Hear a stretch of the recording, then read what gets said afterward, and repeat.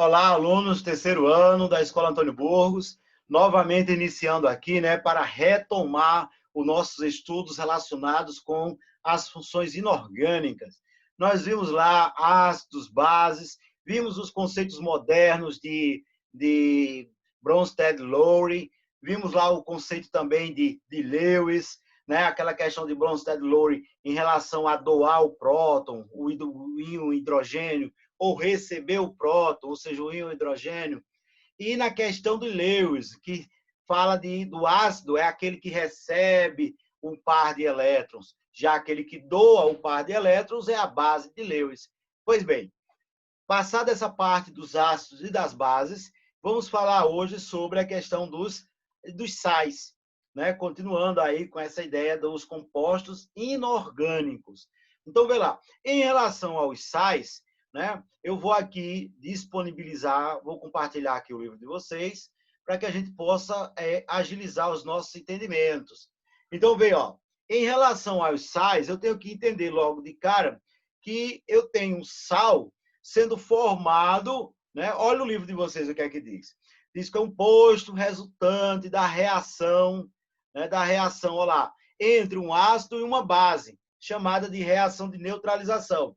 Então, eu terei o que eu chamo de sal, vai ser, né, uma categoria de compostos inorgânicos resultantes dessa reação de neutralização, que se dá entre um ácido e uma base. Bem, eu tenho, né, também aquela definição do sal como sendo, né, um aglomerado ali iônico, né, formado pela ligação eletrostática entre o cátion, o positivo, e o ânion, lá o negativo. Então, nós temos aqui, olha, alguns exemplos, né, de compostos inorgânicos referentes a essa função do sal.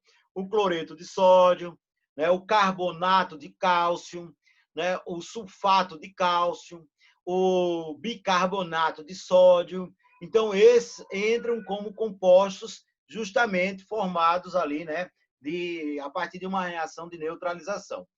Ok, essa neutralização ela vai ocorrer produzindo sal e produz também, olha, um óxido, que é a água. Né? Então, nós vamos, né, na próxima aula nossa sobre, que for dada continuidade a essas funções inorgânicas, nós vamos falar sobre óxidos. Mas volta lá. Então, eu tenho aqui o seguinte, olha, a neutralização ela pode ser total ou ela pode ser parcial. Quando é que ela é total? Quando todos os hidrogênios ionizáveis ali, ó, irão reagir com todas as hidroxilas disponíveis, não é? Então veja que aqui está dando um foco, né? Cai nessa reação de neutralização para aquela ideia do conceito de arrênios. Ácido, o que libera H+ em meio aquoso. Base, o que libera o OH- em meio aquoso. Claro, respectivamente, o ácido, o único cátion liberado é o H+.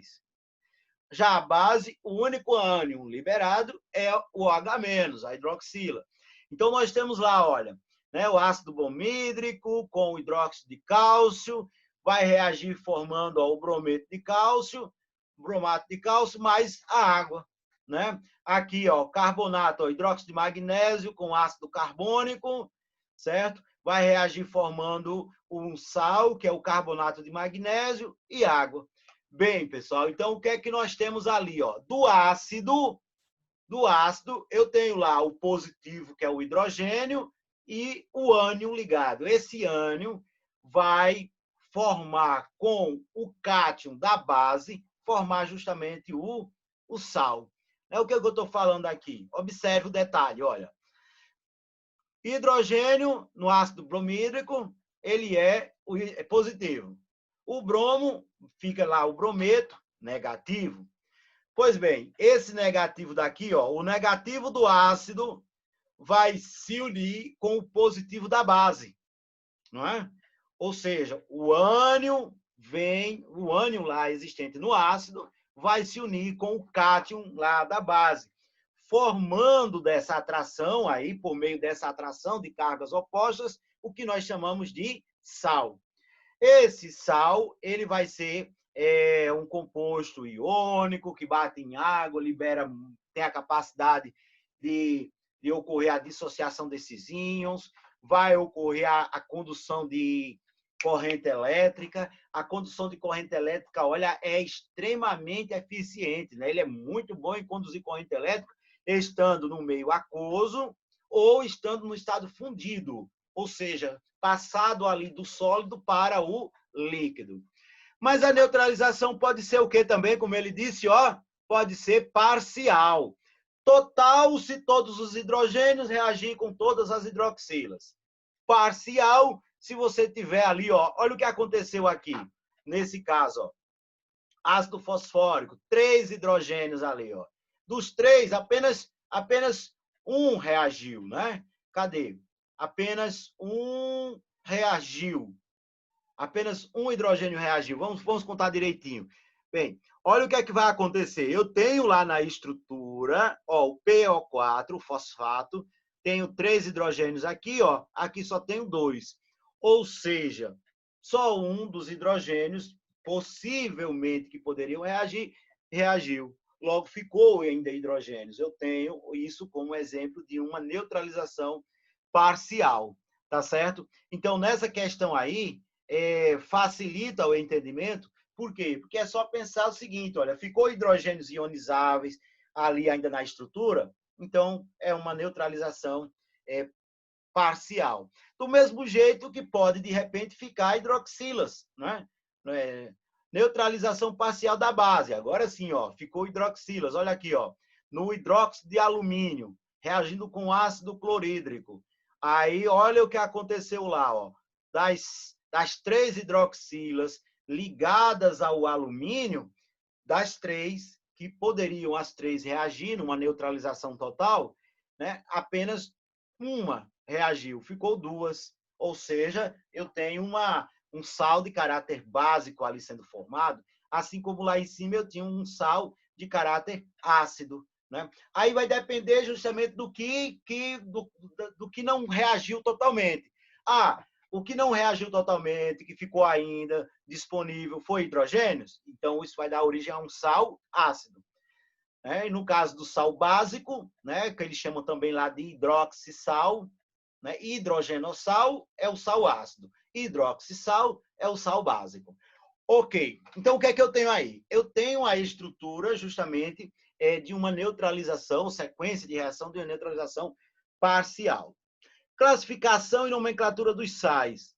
Pessoal, olha lá, nas características, né, tem lá a neutralização total de um ácido ou uma base, apresentam um único cátion e ele é diferente do H+, e um único ânion é diferente do OH-. Tá certo? Nesse formato aí, o que é que ele está querendo dizer? Eu tenho um cátion lá na estrutura do ácido diferente do H+. Por quê? Porque se fosse o H+, seria um ácido. Né? Estaria falando do ácido. E eu tenho que ter também um ânion diferente, pelo menos um, né? Diferente do OH-, na parte do ânion, na parte negativa. Porque senão, se só fosse a hidroxila, né? o OH-, eu estaria falando de uma base, né? Uma base de arrênios. Então, como é que eu coloco um nome lá de um sal? Ó? Nome do ânion, que é o negativo, mais o nome do cátion. Aí aqui, por exemplo, ó, brometo, que bromo é o parte negativa, ó, brometo de magnésio. Aí o negativo aqui é o SO4, que é o sulfato de cálcio. Aqui, ó, o NO3, que é o nitrato, né? Então, nitrato de alumínio. Aí aqui, ó, PO4, que é o fosfato de bário. Sulfeto, que é o enxofre sozinho aqui, ó, sulfeto de lítio. Bem, pessoal, eu digo a vocês que não se preocupem com essa história da nomenclatura, tá? Não é comum cair questões envolvendo nomenclatura. É comum raciocínio envolvendo questão de neutralização, né? Derrubou uma substância ácida, vou neutralizar com o quê? É com uma base. De repente, qual o sal formado em relação qual a estrutura da função orgânica formada? É um sal, é um óxido? O que é que será? Tá entendendo? Aí tem esse contexto aí que pode originar questões, tá certo? Mas nome não tem surgido, né? E no caso dos nomes, aí existe aquela possibilidade ainda de ter cátions com NOx variáveis. Aí é onde entra aqueles prefixozinhos, né? Desculpa, aqueles sufixozinhos diferenciados, ó. Oso, né? Para aquele cátion de menor NOx. E ico para o cátion de maior NOx. Não é? Aí vai entrar dessa forma. Ou ainda, utilizando algarismos romanos, o que eu acho que é mais simples, para poder indicar o estado de oxidação. Né? Por exemplo, aqui, ó, nessa situação aqui, né? Brometo de ferro 3, ou brometo férrico. Né? Por que férrico? Porque o ico refere-se ao maior estado de oxidação. Qual é o outro estado de oxidação do ferro? É o ferro 2+. Né? Se eu estivesse usando aqui, ó, FeBr2, quer dizer que o estado de oxidação dele aqui do ferro seria 2+. Aí seria brometo de ferro 2 ou brometo ferroso, indicando, né, o estado de menor oxidação. Mas, pessoal, vocês não devem se preocupar com isso nesse momento, não, tá? Tá bom? Aí, o que é que eu tenho aqui, ó? Na continuidade da coisa, sais ácidos. Os sais ácidos, como vocês viram na neutralização parcial do ácido, não é? Eu ainda terei ali hidrogênios ionizáveis. Não, resultam da neutralização parcial de um ácido por uma base. Quer dizer, a base foi totalmente neutralizada, mas o ácido não. Apresentam hidrogênio ionizável, como eu falei, né? Aí, olha lá a nomenclatura. Nome do ânion, prefixo, né? Nome do ânion mais prefixo, ácido, de nome do cátion. Vamos pegar um exemplo que fica mais fácil, ó. Olha esse caso aqui, ó. Hidroxigeno carbonato de sódio, tá? Ou carbonato ácido de sódio, ou bicarbonato de sódio. Pessoal, vamos otimizar o nosso tempo. Nós não vamos aqui, tá? Dando muita atenção a essa colocação dos nomes. Você não vai aqui parar para ficar decorando essas tabelas. Não é uma coisa que tem caído, tá? Apenas saber que os hidrogenossais, eles resultam do processo de neutralização parcial do ácido por uma base. Do mesmo jeito que eu vou ter lá os hidroxissais, ou sais básicos, eu tive a reação de neutralização parcial também. Mas dessa vez, quem foi totalmente neutralizado foi o ácido. A base é que foi parcialmente neutralizável. Ou seja, então ainda existe hidroxilas ionizáveis. Existe hidroxilas ali na fórmula. Ó, como apresenta aqui, ó, tá vendo? Ó? Aí existe hidroxila ali na fórmula. Aí tem a colocação do nome, tem a regrinha. Você deu uma olhada, mas não vai encucar muito com isso, não. Porque o nosso foco relacionado a Enem, a vestibulares atuais, ele não está cobrando muito mais essa questão de nomes, não, né? Vamos otimizar, vamos dar um norte aí a esses nossos estudos, tá bom? Agora, essa questão realmente, essa questão de saber que o oso é o estado de oxidação menor, né? O ico é um estado de oxidação maior, só isso aí já vai orientando você a quando se deparar com um nome, e o nome lá no contexto fazer referência a espécies químicas de um contexto de transformação química ali, aí já vai ajudar você a se orientar. Mas decorar essas regrinhas todinhas de nome não é o caso, não, tá? Não para os momentos atuais de vestibulares.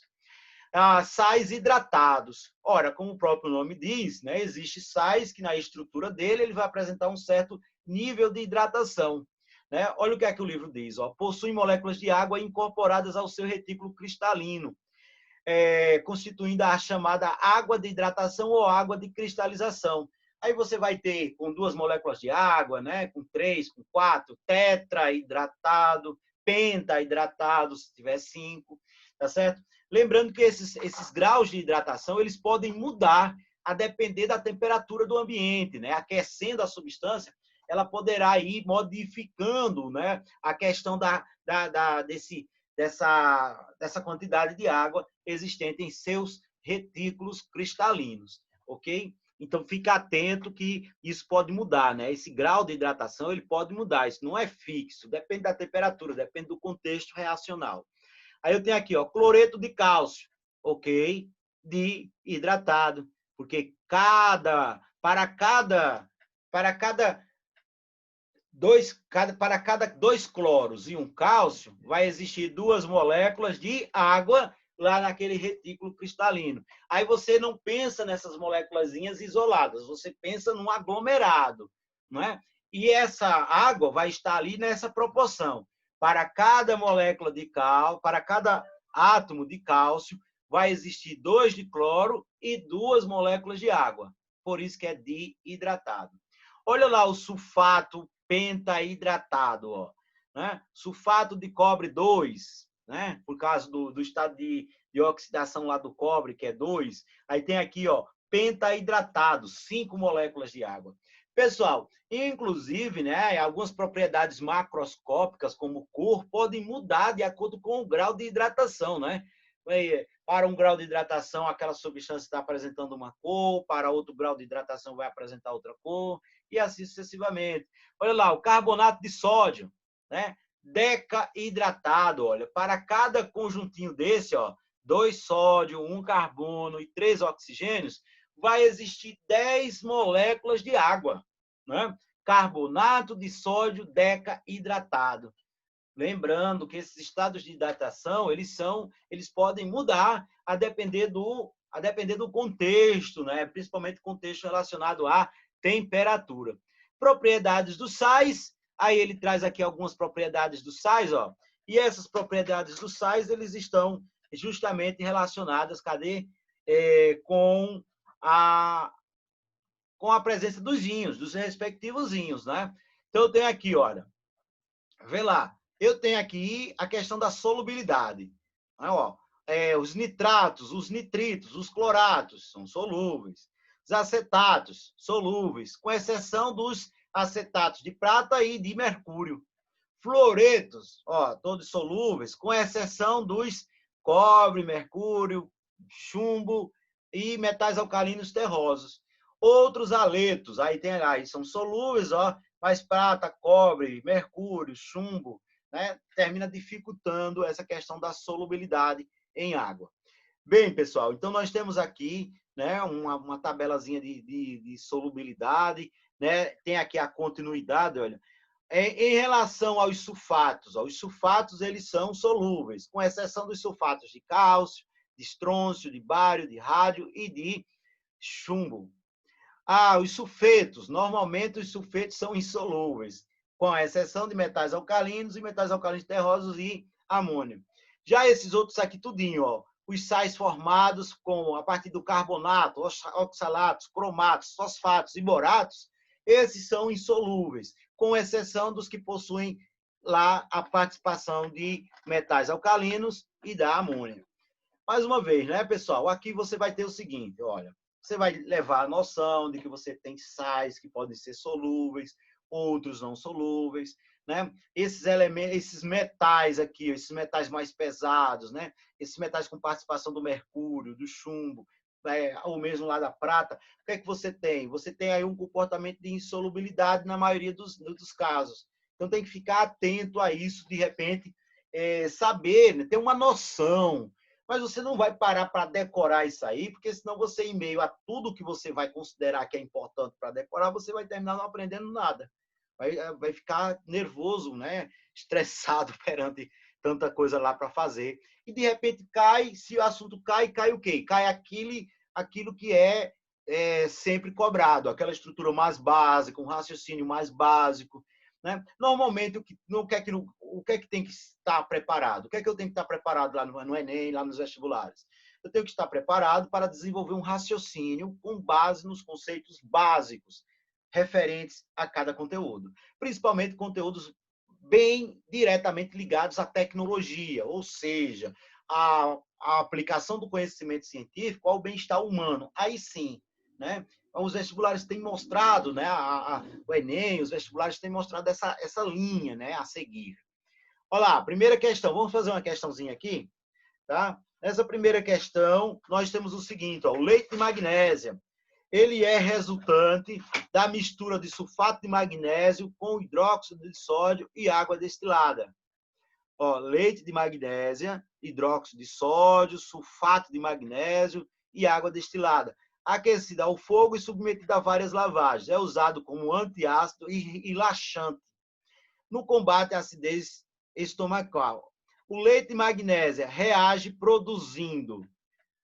Pessoal, o leite de magnésia, ele vai reagir, né, produzindo. Aí tem lá, ó, produzindo aqui, ó, o sal, o sulfato de magnésio, sulfato de sódio, cloreto de sódio, tem lá hidróxido de magnésio ou cloreto de magnésio.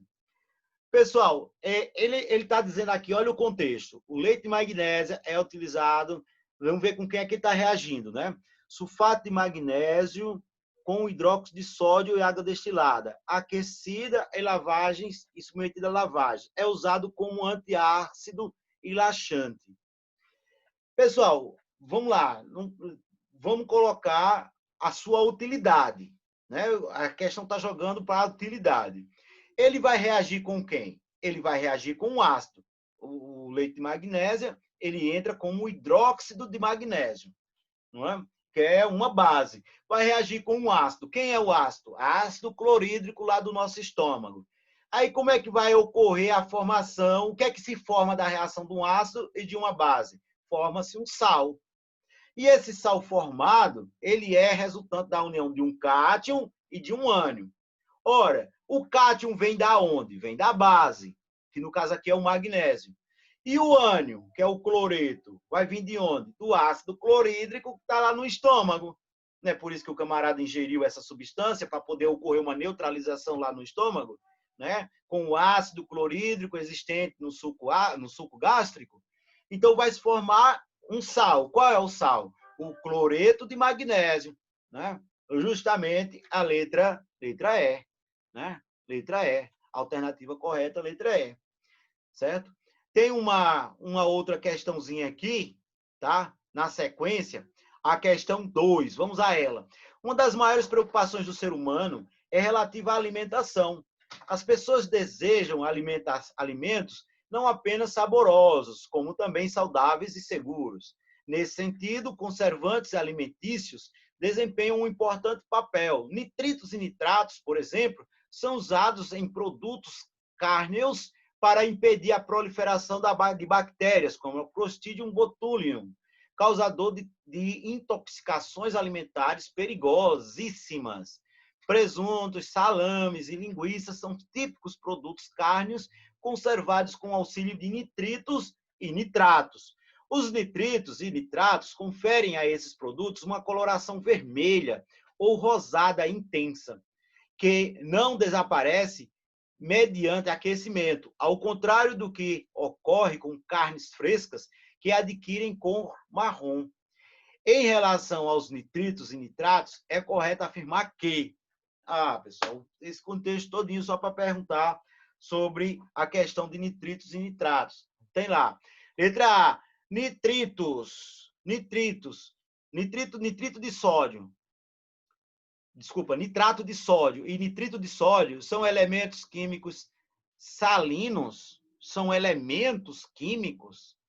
Calma, né, pessoal? Elemento químico, se tivesse, a gente estava falando eles sozinhos, né? Mas aqui ele na verdade são ânions, né? É ânion. Ó, o nitrato é o NO3-, o nitrito é o NO2-, certo?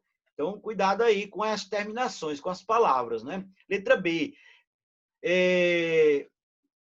Né?